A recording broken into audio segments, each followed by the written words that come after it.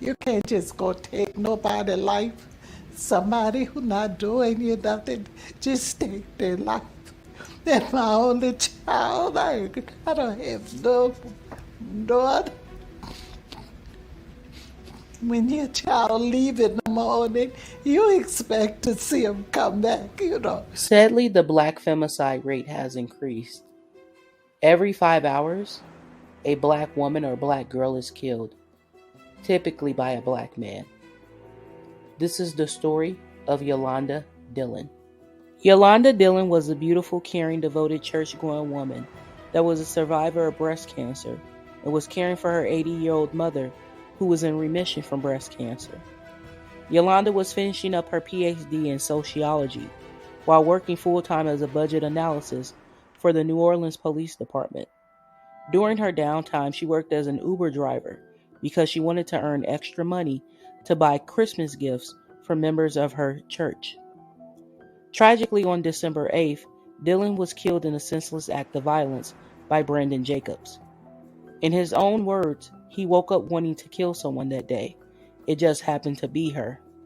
I didn't pick her. Uber did. She was on an Uber run, and JP Sheriff Lapinto says she picked up 29-year-old Brandon Jacobs and dropped him off at the Travel Lodge in Harvey around 3 o'clock Thursday. As they pulled in, he just stabbed her from the back. You see him walk away. The next person goes to get in the Uber and sees the crime and runs back in for help. According to authorities, 29-year-old Jacobs said he initially planned to call an Uber and kill that driver. But realizing he would be stuck far from the Travel Lodge where he was staying in Harvey, he decided instead that he would kill the driver who brought him on the return trip.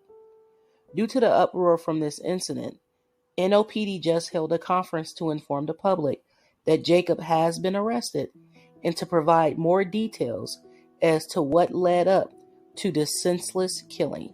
All right, y'all, thank you for joining us today. We're here for a press conference announcing the death of Yolanda Dillion. I'm joined by Chief Sean Ferguson of the NOPD. You may wonder why he's here today. Unfortunately, Yolanda Dillion was a 10-year fiscal budget analyst for the New Orleans Police Department, a civilian employee with the New Orleans Police Department. But during her off time with the police department, she also worked as an Uber driver here in the area, delivering for Uber Eats and Uber itself. Yesterday, she had the opportunity to pick up a fare in the city of New Orleans and travel back to Jefferson Parish to the 2200 block of the West Bank Expressway at the Travel Lodge. We announced the death of a female last night at the Travel Lodge, and it ended up being an Uber driver who was dropping off a fare and was fatally stabbed in the vehicle before she had the opportunity to drop that person off. Our detectives worked that case last night. Not in towing the car, one person encountered the person at the location, but he made good his escape, I guess you could say, walked and went back to his hotel room.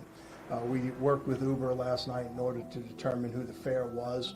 We were able to match it up with different people at the hotel and develop the suspect by the name of Brandon Jacobs, a 29-year-old black male who was staying in one of the hotel rooms at that location. We encountered him last night, took him into custody, interviewed him where he gave a full confession. His confession basically was stated that he woke up yesterday morning and decided he was going to kill someone. And decided that that was going to be the day, and thought it was going to be the first Uber driver of where he went, and knew he wasn't going to have a ride back, and ended up having a ride back and killing her with the fatal knife wounds. Very, very unfortunate situation to the point of he actually videotaped the incident or the aftermath of the incident, posted it on social media. We had to work with Facebook last night to get that removed this morning. Off of their site itself of the death of Miss Dillion. That has been taken down. When we asked him specifically, how did you pick her? His response was, I didn't pick her, Uber picked her. Meaning that she was the random person that picked him up that day. He's originally from here in Jefferson Parish. I think he was born and raised here in Harvey.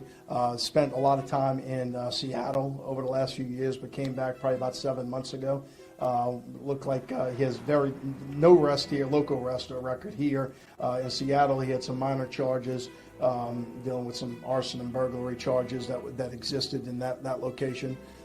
Certainly probably some type of mental issues that exist with this individual, although he was completely coherent and able to really dictate exactly what he did and explained what he did and why he did it, looking for attention of some sort. Sad case that existed, of course, to the death of Miss Dillion. We've reached out to her family and tried to offer whatever comfort that we can with them. He's been charged right now with second-degree murder. He's in the Jefferson Parish Correctional Center and will be there hopefully for the rest of his life once he gets. To make matters worse, Yolanda's mother, Edna, was financially and emotionally dependent on Yolanda. She took very good care. She made my groceries and cooked and bought everything, She paid all my bills and things. So he just left me with nobody, He took my only child. This story was very tragic and senseless. I was at a loss for words for a while. Make sure you keep the mother and her family and friends in your thoughts and prayers. Rest in peace, Yolanda Dillion.